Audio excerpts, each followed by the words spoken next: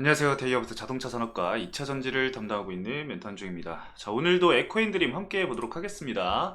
에코인드림은 제가 과대납폭 이후에 굉장히 바닥을 좀 형성하는 구간이다. 그리고 과대납폭을 보여준 부분이 없지 않아 있다. 라고 좀 말씀을 드렸는데, 오늘도 어김없이 좀 반등이 나와주고 있습니다. 현재 촬영 시간 기준으로 해서 9.09% 정도 주가 상승이 좀 나오고 있는 상황인데, 에코인드림은 제가 이전부터 말씀을 드렸습니다. 굉장히 지금 나온 조정은 좀 과한 조정이다 라고 말씀을 드렸어요.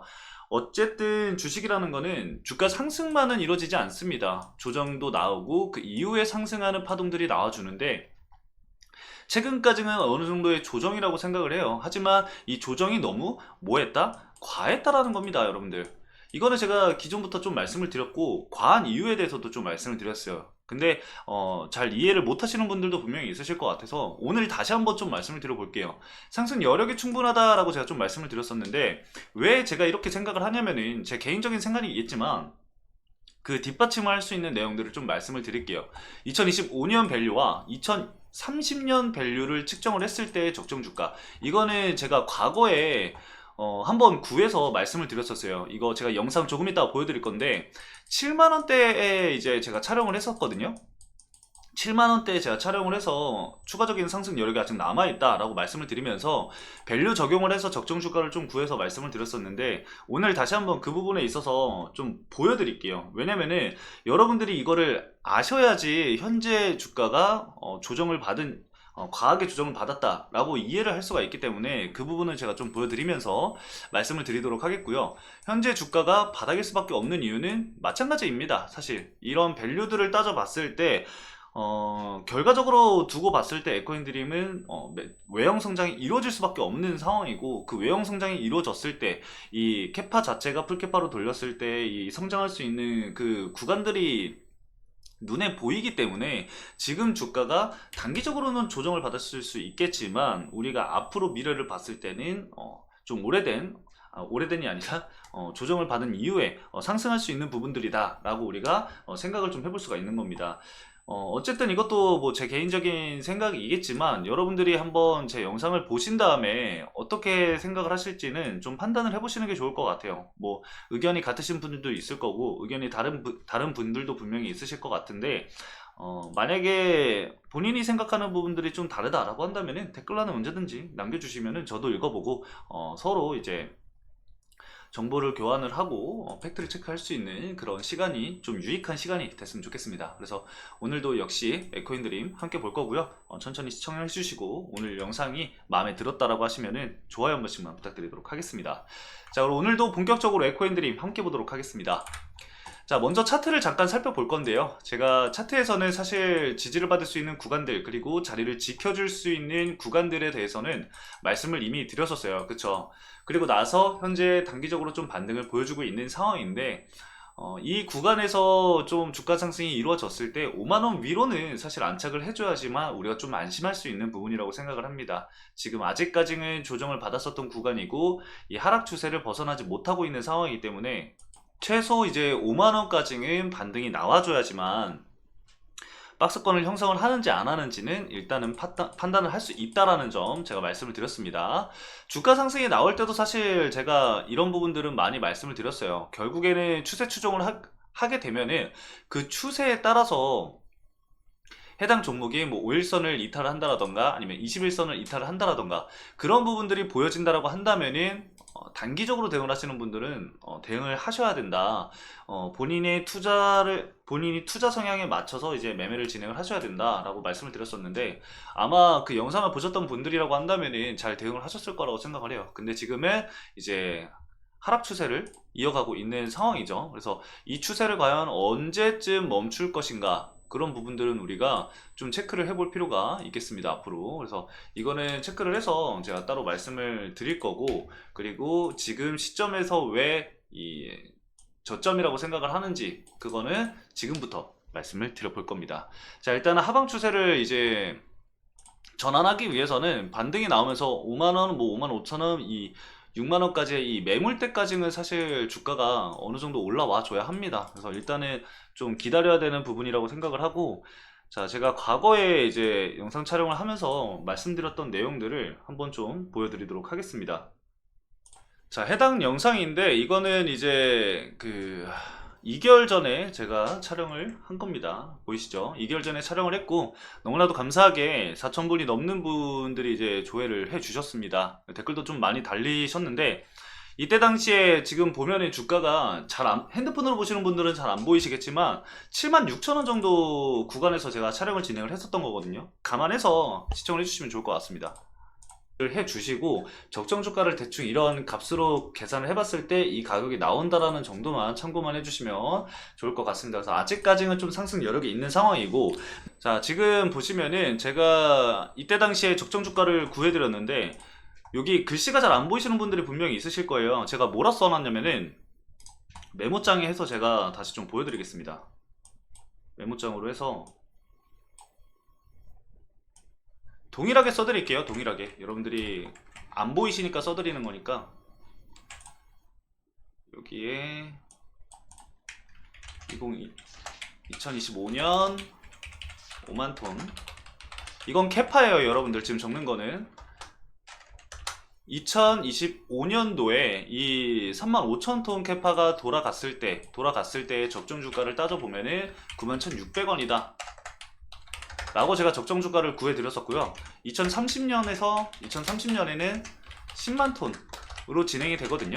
그래서 이걸로 인해서 다시 한번 또 메이저 수급도 이탈하지 않았기 때문에 우리가 5일선을 기준으로 해서 주가 상승이 추가적으로 나오는지 좀 참고를 해두자라고 5일선도 말씀을 드렸고, 때문에 우리가 5일선을 기준으로 가격가 있기 때문에 기준으로만 좀 잡아주시고 이 가격대까지 무조건 올라간다라고 맹신을 하는 순간 좋지 않은 흐름을 보일 수 있습니다. 그래서 이 부분 꼭 주의를 해주시고 적정 주가를 대충 이런 값으로 계산을 해봤을 때 이 가격이 나온다라는 정도만 참고만 해주시면, 현재 당시에 76,000원이었고 아직까지는 좀 상승 여력이 있는 상황이고 아직까지 상승 여력이 있다라고 말씀을 드렸습니다. 그리고 나서 이제 2030년도 거를 제가 적정 주가를 구해드렸는데 이때 이제 적정 주가를 구해드렸던 게 26만 1,000원입니다.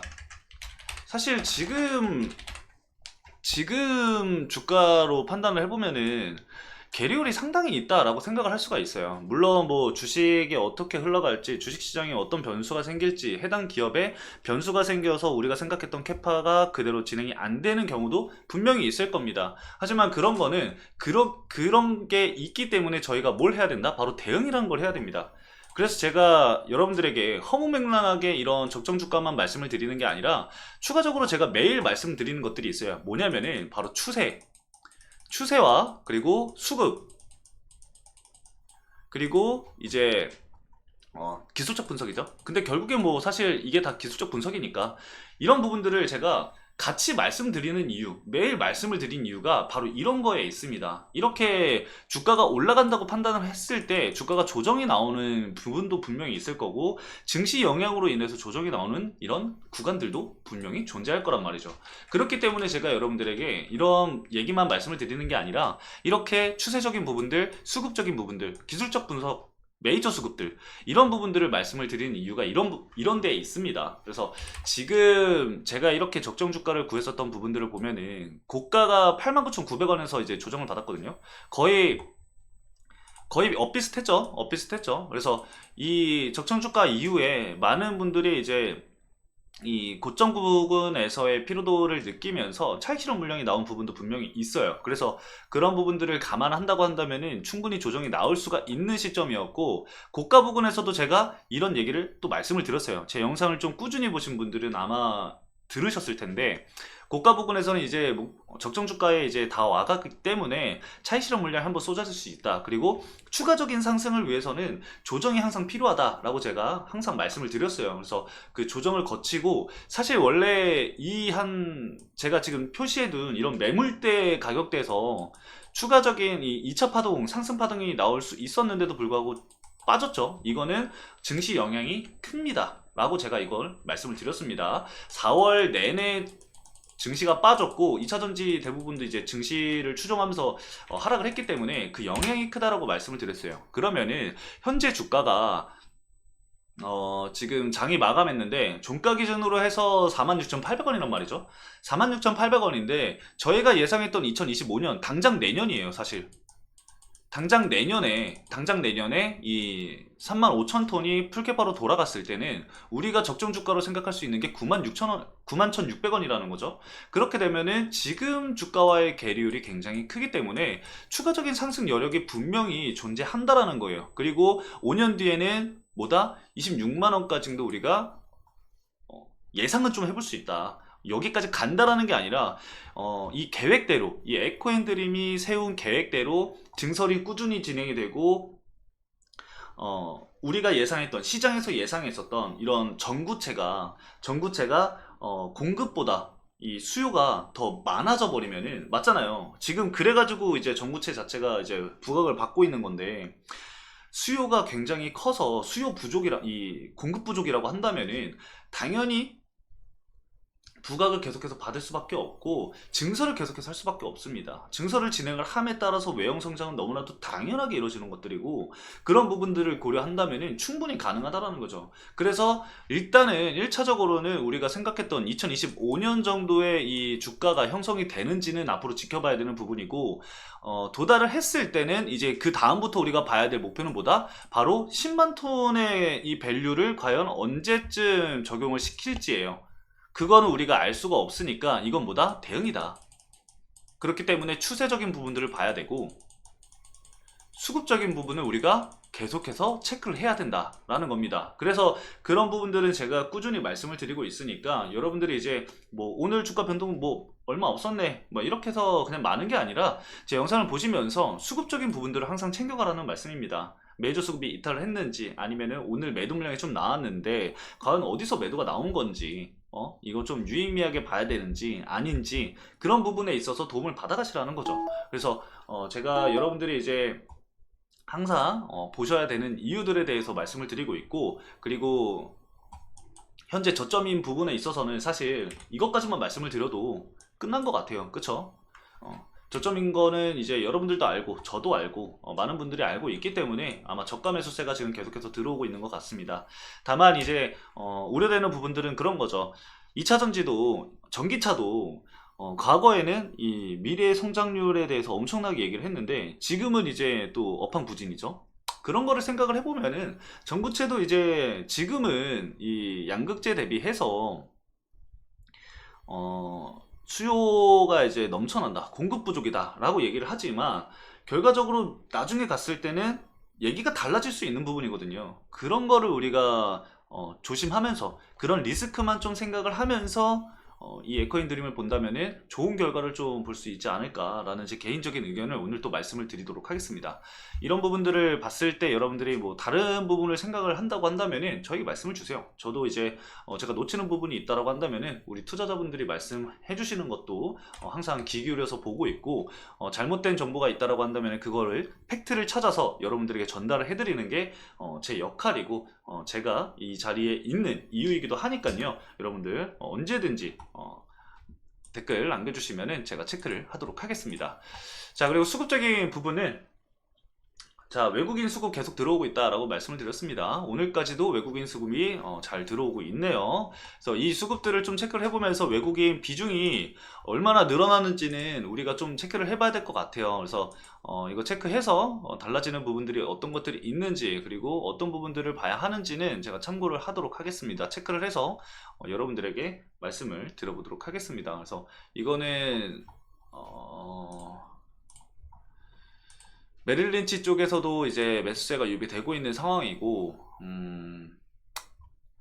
JP 모건 쪽에서도 오늘 매수세가 좀 유입이 되고 있는 상황인데, 물량이 그렇게 크지는 않아요. 그래가지고, 물량이 늘어나는지 안 늘어나는지 좀 지켜봐야 될 것 같거든요. 제가 이거는 영상마다 이 에코인 드림을 촬영을 할 때마다 말씀을 드리는 건데, 이 에코인 드림의 주가 상승이 이루어졌을 때 가장 아쉬웠던 부분이 뭐냐면은, 이 주체 있잖아요. 이 수급의 주체가 좀 부진하지 않았나 싶습니다. 그래서 그 수급의 주체가 과연 바뀌는지 지금은 개인들의 물량이 굉장히 크게 들어와 있는 상황이지만 과연 이 수급의 주체가 바뀌면서 다음 추가 상승 때는 더 큰 힘을 보여줄지 이런 부분들을 우리가 지켜보면서 대응 전략을 가져가시도록 하면 좋을 것 같습니다. 자, 오늘 간단하게 에코인드림 여기까지 말씀을 드리면서 마치도록 하겠습니다. 오늘도 시청해주신 여러분들 감사합니다.